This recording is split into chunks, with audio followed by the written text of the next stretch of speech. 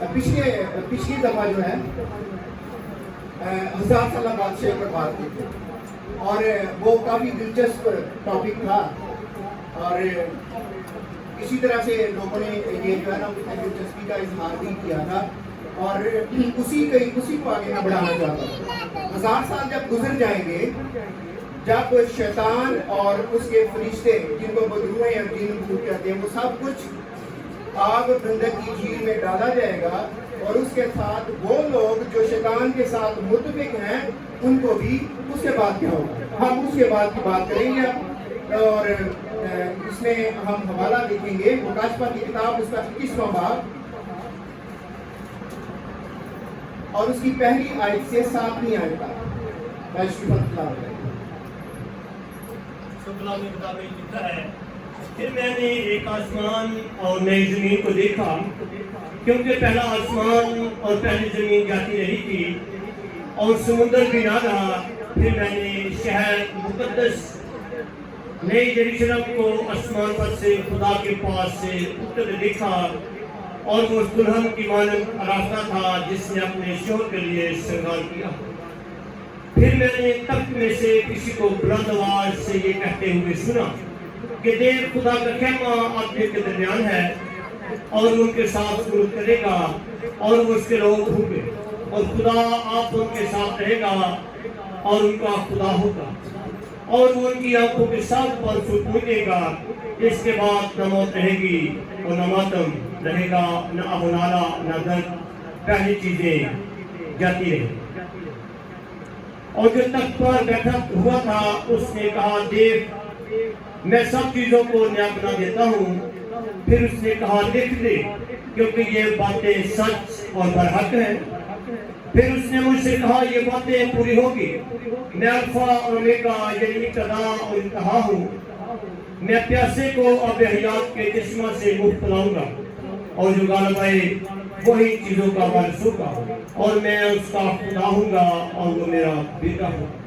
مگر بزدلوں اور بے ایمانوں اور گھنونے لوگوں اور خونیوں اور حرام کاروں اور جادوگروں اور بت پرستوں اور سب جھوٹوں کا حصہ آگ اور گندک سے جلنے والی جھیل میں ہوگا. یہ دوسری موت. خدا اپنے کلام کے وسیلہ سے ہمیں برکت بخشے. آمین. پہلی آیت میں یوں لکھا ہے پھر میں نے ایک نئے آسمان اور نئی زمین کو دیکھا کیونکہ پہلا آسمان اور پہلی زمین جاتی رہی تھی اور سمندر بھی نہ تھا. جس زمین پر ہم رہ رہے ہیں یہ ختم ہونے والی ہے. جس آسمان کو آپ دیکھتے ہیں ستارے دیکھتے ہیں سورج دیکھتے ہیں چاند دیکھتے ہیں یہ سب کچھ ختم ہونے والا ہے. یہ اس کو کیا ہوگا آئے ہم دیکھیں اس کو ہوگا کیا. پطرس کا خط ہے دوسرا. ہم دیکھتے ہیں کہ اس ساری کائنات کو جو آسمان و زمین ہے یہ کدھر جائے گا اس کو کیا ہونے والا ہے اور ہمیں کیا کرنا چاہیے. اور اس میں ہم دیکھیں گے یہ پطرس کا خط ہے دوسرا اس کا 3واں باب اس کی 10ویں آیت. 10ویں آیت میں یوں لکھا ہے لیکن خداوند کا دن چور کی طرح آ جائے گا. اس دن آسمان بڑے شور و گل کے ساتھ برباد ہو جائیں گے اور اجرام فلک حرارت کی شدت سے پگھل جائیں گے اور زمین اور اس پر کے کام جل جائیں گے. جب یہ سب چیزیں اس طرح پگھلنے والی ہیں تو تمہیں پاک چال چلن اور دینداری میں کیسا کچھ ہونا چاہیے.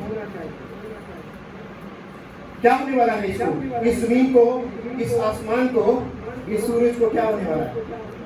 حرارت کی گرمی سے پگھل جائیں گے اور ختم ہو جائیں گے. اور کیا لکھا ہے خداوند کا دن چور کی مانند آ جائے گا. اس دن آسمان بڑے شور و گل. یہ 1000 سالہ بادشاہی کے بعد جب ان سب گناہ کو ختم کیا جائے گا شیطان اور اس کے لوگوں کو ختم کیا جائے گا اس کے بعد یہ زمین اور آسمان بھی ختم ہو جائیں گے. حرارت کی شدت سے پگھل جائیں گے اور یہ بالکل ختم ہو گئے. اور اسی لیے لکھا ہے یوحنا جو ہے یوحنا عارف جو ہے اپنے اس مکاشفہ میں یوں لکھتا ہے کہ میں نے ایک نیا آسمان اور نئی زمین کو دیکھا کیونکہ پہلا آسمان اور پہلی زمین جاتی رہی اور سمندر بھی نہ رہا۔ اور اس کا مطلب ہے کہ ایک نئی زمین، نیا آسمان آنے والا ہے، اور جو زمین کے تمام کام ہیں، اور یہ کاموں کا مطلب صرف اتنا ہی نہیں کہ جو ہم کر رہے ہیں، مطلب یہ ہے کہ ہم کسی ڈیوٹی پہ جاتے ہیں یا جو کچھ بھی کرتے ہیں، بلکہ درخت اٹھتے ہیں، چشمے بہتے ہیں، نہریں چلتی ہیں، دریا چلتے ہیں، پہاڑوں کا نظام ہے، وادیاں ہیں، یہ سب کام، ہر چیز ختم ہونے والی۔ اور اس باب سے اس دنیا میں رہتے ہوئے ہمیں کس قدر خیال کرنا چاہیے کہ ہمیں کیسے رہنا ہے، کیونکہ یہ زمین اور آسمان بالکل ختم ہونے والے ہیں، اور یہ سمندر بھی نہیں ہوگا، نئی زمین اور نئے آسمان میں یہ چیزیں آپ کو نہیں ملیں گی۔ اور اس کے بعد کیا لکھا ہے، میں نے شہر مقدس نئی یروشلم کو آسمان سے خدا کے پاس سے اترتے دیکھا۔ یروشلم، اس وقت یروشلم کون سا ہے؟ بنی اسرائیل، اور یہ اسرائیل جہاں پہ رہتے ہیں، اور وہاں پہنی کی جنگ رہتی ہے نا آج کل، اور ایران کے ساتھ، اور یہ جو یروشلم ہے اسی پر یسوع مسیح نے 1000 سالہ بادشاہی کری، اسی پہ اترتا۔ اور اس کے بعد جو ہے وہ یروشلم جو ہے وہ صرف عکس ہے، وہ ایک کیا کہتے ہیں، عکس کو پنجابی میں بدل جاتا ہے، وہ عکس ہے، وہ صرف آنے والی چیزوں کا۔ وہ اس وقت جو ہے وہ اس میں بڑے بڑے بادشاہ جو بنی اسرائیل کے تھے وہ گزرے ہیں، بڑی بڑی جو ہے وہ اس میں بڑی بڑی طاقتیں آ چکی ہیں، جس میں بہت بڑے بڑے بادشاہ تھے، اور بڑی خدا نے بڑی قدرت کے ساتھ کام بھی کیا ہے۔ حقیقی یروشلم جو خدا کا دارالحکومت ہوگا، یسوع مسیح کا دارالحکومت ہوگا، جہاں پہ تمام لوگ جو ہیں وہ سکھ سکون کے ساتھ رہیں گے، وہ ابھی آنے والا ہے۔ اور وہ کیا ہے، میں نے شہر مقدس نئی یروشلم کو آسمان سے خدا کے پاس سے اترتے دیکھا، وہ اس دلہن کی مانند آراستہ تھا جس نے اپنے شوہر کے لیے سنگار کیا ہو۔ آپ کو پتا ہے بڑی مشہور بات ہے کہ یہ جو پہنی جاتی ہیں نا بیوٹی پارلر میں، یا خاص طور پہ شادی میں جب تیار ہونے جاتی ہیں، وہ کہتے ہیں کہ جو اندر جاتی ہے واپس باہر کرنی ہے، کیونکہ وہ بدل کے بھی میک اپ بھی ایسا کرتے ہیں، خوبصورت اتنے زیادہ بنا دیتے ہیں کہ وہ دوبارہ پہچانی نہیں جاتی۔ اور یہاں پہ لکھا ہوا ہے تو وہ اس دلہن کی طرح سجایا گیا تھا جس نے اپنے شوہر کے لیے سنگار کیا ہو۔ یہ خوبصورتی اتنی زیادہ کہاں سے آ گئی؟ کس نے بنایا ہے اس کو؟ یروشلم کو بنانے والا کون ہے؟ خدا خود۔ اب میں بتاؤں آپ کو کہ یسوع مسیح نے جب زمین پر تھا تو ہمیں تسلی دیتے ہوئے کچھ کہا تھا۔ ہم دیکھتے ہیں یہ کہاں ہے، کون ہے؟ یہ یوحنا کی انجیل ہے، اس کا 14واں باب۔ ہم دیکھتے ہیں کہ یہ یروشلم کس طرح کا ہے، اور یہ یروشلم کیا ہمیں یہ نیا خیال نہیں دیا گیا، بلکہ اس سے پہلے بھی ہمیں یہ باتیں سنائی جا چکی ہیں، بتائی جا چکی ہیں۔ اس کے بارے میں مختلف انبیاء نے بتایا ہے، اور مختلف جو ہے وہ یسوع مسیح نے خود اپنی زبان مبارک سے صادر فرمایا ہے کہ یہ کیا ہونے والا ہے۔ اس میں ابھی ہم دیکھیں گے یہ 14واں باب ہے، اس کی پہلی آیت میں یوں لکھا ہے، تمہارا دل نہ گھبرائے، تم خدا پر ایمان رکھتے ہو، مجھ پر بھی ایمان رکھو، میرے باپ کے گھر میں بہت سے مکان ہیں، اگر نہ ہوتے تو میں تم سے کہہ دیتا، کیونکہ میں جاتا ہوں تاکہ تمہارے لیے جگہ تیار کروں، اگر میں وہاں جا کر تمہارے لیے جگہ تیار کروں تو پھر آ کر تمہیں اپنے ساتھ لے لوں گا، تاکہ جہاں میں ہوں وہاں تم بھی ہو۔ یہ وہ جگہ ہے جہاں پہ یسوع مسیح نے آپ کے ساتھ وعدہ کیا ہوا ہے کہ میں جاتا ہوں تاکہ تمہارے لیے جگہ تیار کروں۔ یہ جگہ تیار کس نے کی؟ یسوع مسیح نے، اور پھر آگے اس نے لے کے جانا، اور کس میں لے کے جانا ہے۔ اور میں آپ کو بتاؤں کہ آپ کو اگر نا بعض اوقات بچوں کو نا 20 روپے دیں تو وہ اتنی چھوڑ دیں گے، یہ تو وہاں کی ہے بعض پیسے کو، کیونکہ اس کا آنا ہی کچھ نہیں، یا 10 روپے ہوں تو کافی نہیں، ٹھیک ہے نا۔ اس کا مطلب ہے وہ اچھی چیز چاہتے ہیں، اس لیے اس کی قدر ان کو کچھ نہیں ہوتی۔ ابراہیم جو ہے وہ اپنی پوری زندگی میں بہت امیر بندہ تھا۔ ابراہیم جو ہے وہ بہت امیر آدمی تھا، لیکن اس نے پکا کر نہیں پایا۔ کیوں؟ وجہ کیا ہے؟ عبرانیوں کا فاتحہ اس کا 11واں باب، اس میں وجہ بتائی ہوئی ہے کہ اس نے اپنا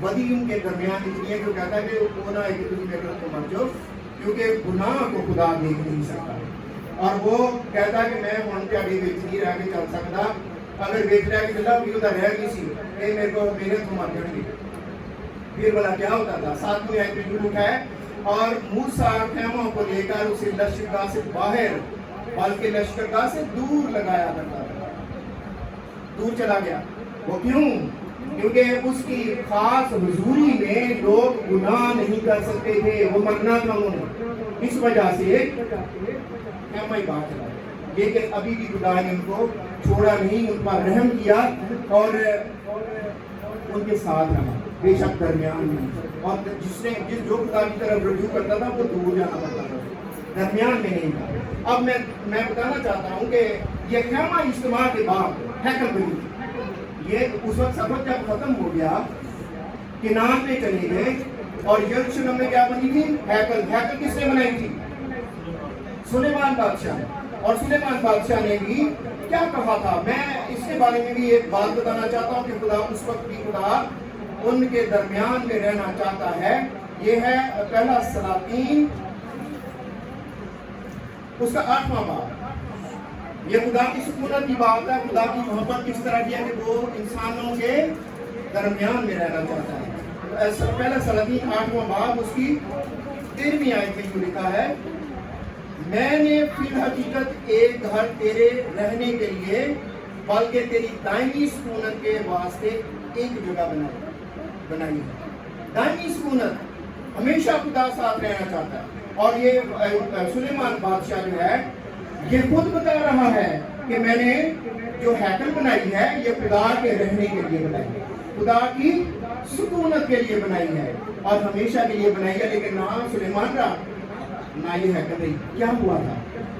تقریباً 20 بادشاہ گزرے بنی اسرائیل میں، بلکہ یہودا میں جو جنوبی سلطنت تھی، اس میں 20 بادشاہ گزرے ہیں، اور ان میں سے بہت ہی تھوڑے تھے جو خدا کی طرف موجود ہے۔ سب کے سب بت پرست، سب کے سب خدا کے مخالف اور خدا کو غصہ دلانے والے تھے، اور آخرکار خدا نے اس ہیکل کو تباہ و برباد کر دیا۔ بہت ہی اعلیٰ ہیکل۔ اگر آپ نے کوئی اعلیٰ چیز بائبل مقدس میں دیکھنی ہو کہ جو انسان سے خدا نے بنوائی ہے تو وہ ہیکل ہے، اور اس میں بے حساب سونا، بے حساب چاندی اور پیتل اور لوہا لگا تھا۔ بہت زبردست چیز تھی، اور لوگ سمجھتے تھے کہ یہ ہماری شان و شوکت اسی سے ہے جو جنوبی لوگ تھے۔ لیکن اس کے ساتھ کیا ہوا تھا، میں اس کو پڑھنا چاہتا ہوں، کیونکہ لوگ جو ہیں وہ اس کے نہیں رہے تھے، تابع دار نہیں رہے۔ میں نے بتایا کہ 20 کے 20 بادشاہوں میں سے بہت چند تھے، اور 8 کسی میں لکھا ہے کسی میں 7، لیکن کتنے سے بادشاہ 20 میں سے صحیح تھے، باقی سب کے سب خدا کے مخالف تھے، اور ہیکل بھی پھر خدا نے ان کے درمیان میں نہ رہنے دی۔ ہیکل میں جو عہد کا ثبوت رکھا گیا تھا، جہاں پہ خدا کی خاص حضوری رہتی تھی، ہٹ گئی، وہ بھی ان میں سے اٹھا لی گئی، ختم ہو گئی۔ اور اب میں پڑھنا چاہتا ہوں اس کے ساتھ کیا ہوا۔ دوسری تواریخ 502 صفحہ ہے، دوسری تواریخ اس کا باب ہے 36واں، اور اس کی 19ویں آیت میں یہ لکھا ہے، 502 صفحہ پر 19ویں آیت، اور انہوں نے خدا کے گھر کو جلا دیا اور یروشلم کی وسیع ڈھا دی، اور اس کے تمام محل آگ سے جلا دیے، اور اس کی سب قیمتی ضرورت برباد کی۔ ہیکل وچ کی ہویا اگلا۔ اور اگر سلاطین کی کتاب میں ہم پڑھتے ہیں تو آگے سارا سونا لا کے لگے، فوجاں نہیں آئیاں سن حملہ کر، ان کی ساری چاندی اتار کے لے گئے، اور ساری چیزیں کو لے گئے تھے۔ اور کیوں ایسا ہوا تھا؟ خدا نے اپنی حضوری، اپنی سکونت جو ان میں رکھی تھی وہ ختم کر دی، کیونکہ اس کی حضوری میں اور اس کی موجودگی میں بھی خدا کی نافرمانی اور بت پرستی کرنے سے لوگ باز نہیں آتے تھے۔ خدا کی کیا مرضی تھی، ان کے درمیان میں رہے۔ جب وہ خیمہ اجتماع بنایا تھا تو خدا ان کے درمیان رہنا چاہتا، اور جب ہیکل بنی تھی تو اس وقت بھی خدا کا مقصد تھا کہ لوگوں کے درمیان میں رہیں، لیکن لوگوں نے یہ برداشت نہیں کیا کہ خدا درمیان میں رہے، وہ اس کے مخالف ہی رہے۔ اس کے بعد اس سے بڑا کام خدا نے کیا۔ میں یہ بتانا چاہتا ہوں کہ اس سے بڑا کام کیا کیا۔ یوحنا کی انجیل اس کا پہلا باب،